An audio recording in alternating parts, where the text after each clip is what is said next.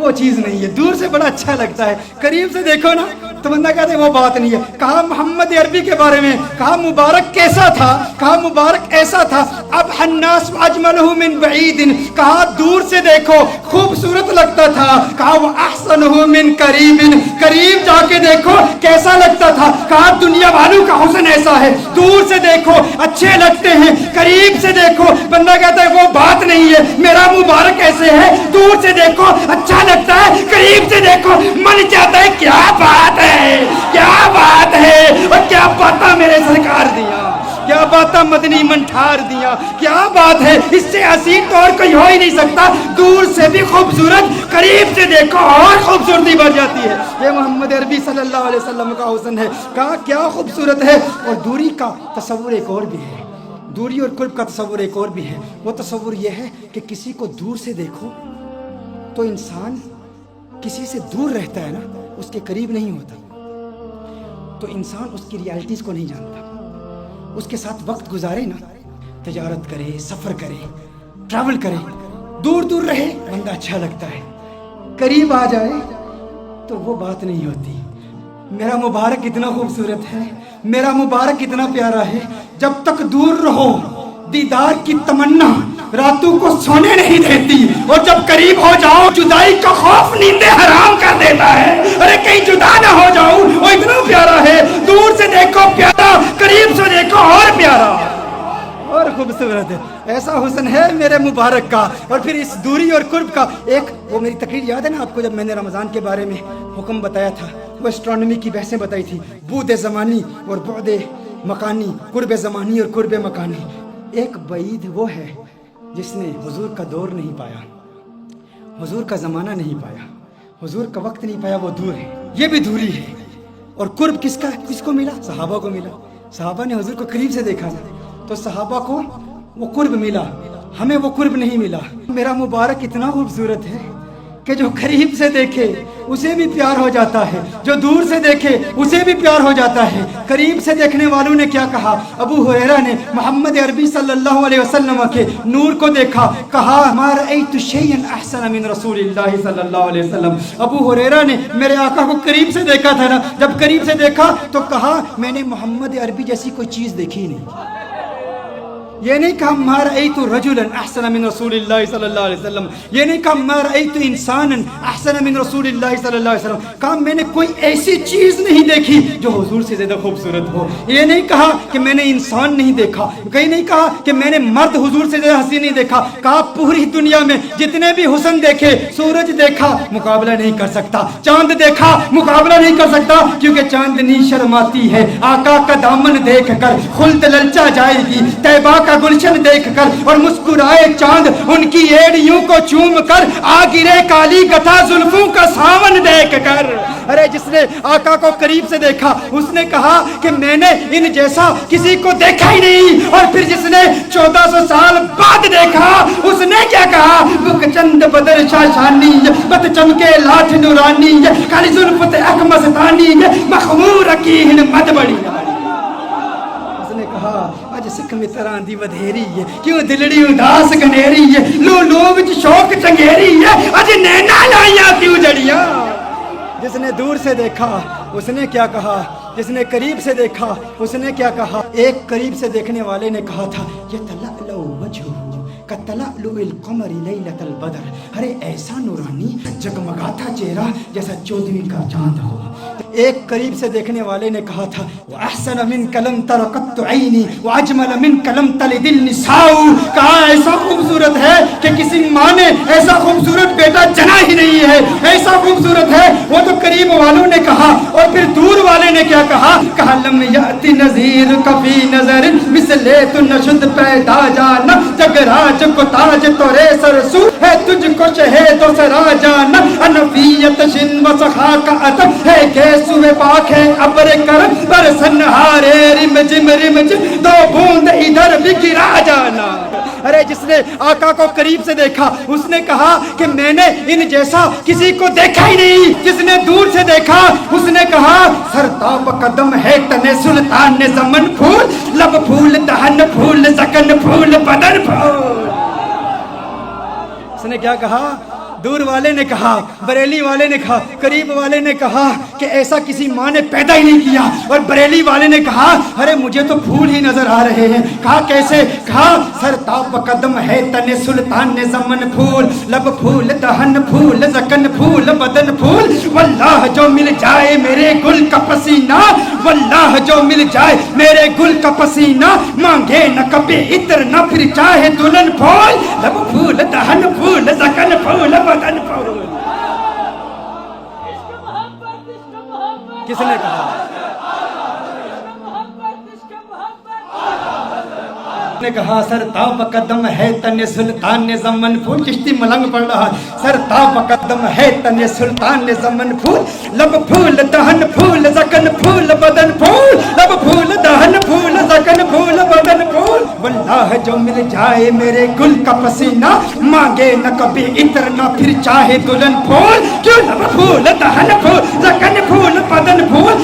تنکا بھی ہمارے تو ہلائے نہیں ہلتا, تنکا بھی ہمارے تو ہلائے نہیں ہلتا, تم چاہو تو ہو جائے ابھی کوہ مہن پھول, لب پھول دہن پھول زکن پھول بدن پھول, لب پھول دہن پھول زکن پھول بدن پھول, سرتاب قدم ہے تن سلطان زمن پھول, لب پھول دہن پھول زکن پھول بدن پھول. دندان و لب و زلف و رخ شیخ فدائی, دندان و لب و زلف و رخ شیخ فدائی, دندان و لب و زلف و رخ شیخ فدائی, دندان و لب و زلف و رخ شیخ فدائی, ہے در عدن لعل یمن مشک ختن پھول, لب پھول دہن پھول زکن پھول بدن پھول, لب پھول دہن پھول زکن پھول بدن پھول.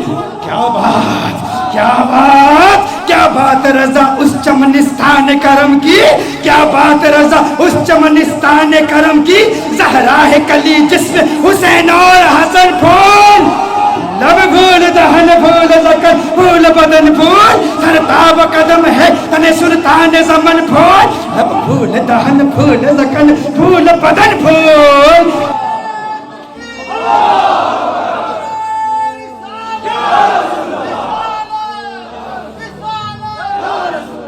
یہ حسن ہے, جو قریب سے دیکھے وہ کیا کہتا ہے, جو دور سے دیکھے وہ کیا کہتا ہے. مجھے لوگوں نے کہا بتاؤ حضور کا حسن کیسا ہے, یا ام بابت کا واقعہ بیان کر دوں. میرا تو ام بابت کا واقعہ اتنا لمبا ہو جاتا ہے, وہ اس لیے کیونکہ ہم صرف کتابوں سے نہیں دیکھتے. ہاں صرف کتابیں نہیں, کیوں؟ کتابوں سے دلائل دوں یا تصور میں انہیں لاؤں, کتابوں سے دلائل دوں تصور میں انہیں لاؤں. کوئی مجھ سے پوچھ بیٹھا ہے میرا محبوب کیسا ہے, رخ مصطفیٰ وہ کتاب ہے کہ محبتوں کا نصاب ہے, میرے دل کی ہے یہی آرزو دن رات اسے دیکھا کرو. صفائے دل پہ نقش ہے شکل و صورت یار کی, عشق کی ساری داستان بند ہے اس کتاب میں. عشق کی ساری داستان, عشق کی ساری داستان بند ہے اس کتاب میں, عشق کی ساری داستان بند ہے اس کتاب میں. اب ابو معبد حیران پریشان, اس نے کہا ایسا خوبصورت ہے. ابو معبد نے کہا جو اتنا خوبصورت, جو اتنا پیارا, ارے آئندہ کبھی وہ آئے نا تو مجھے فوراً بلا لینا, آج کے بعد میں کبھی بکریاں دور نہیں لے جاؤں گا, کبھی تقریب. یہ اتنی بڑی محرومی, اس سے بڑی اور محرومی کیا, اس میں بکریاں چرانے کے لیے چلا گیا اور مبارک آ کے چلا گیا. اس نے کہا ٹھیک ہے. اب بے چینی بڑھتی چلی گئی. ام معبد پتہ نہیں پوچھا, ایڈریس نہیں پوچھا, نام نہیں پوچھا, وقت گزرتا چلا گیا. ایک دن ایسا آیا, ام معبد اپنے بیٹے کے ساتھ اپنے گھر سے جاتی ہے, دکان پر جاتی ہے. مدینہ منورہ میں پہنچے تو اچانک بیٹے نے صدیق اکبر کو دیکھ لیا. کس نے کس کو دیکھ لیا؟ بیٹے نے صدیق اکبر کو دیکھ لیا. بیٹے نے کہا یا امّا ان ھذا الرجل الذي كان مع المبارک, یا امّا ان ھذا الرجل الذي كان مع المبارک, ماں دیکھو, ارے یہ وہی مرد ہے جو اس دن مبارک کے ساتھ ہمارے گھر میں آیا تھا. فوراً ابو بکر صدیق کا تعاقب کرتے ہیں, صدیق اکبر سے پوچھتے ہیں ارے تو نظر آ گیا, بتا ہمارا مبارک کہاں ہے؟ صدیق اکبر نے کہا کون مبارک؟ ابو بکر صدیق نے پوچھا کون مبارک؟ کہا ارے وہی مبارک جو گھر میں آیا تو گھر میں انوار و تجلیات کی برسات آ گئی تھی. بکری والا واقعہ سنایا. صدیق اکبر نے کہا اچھا مبارک کو ملنا چاہتے ہو؟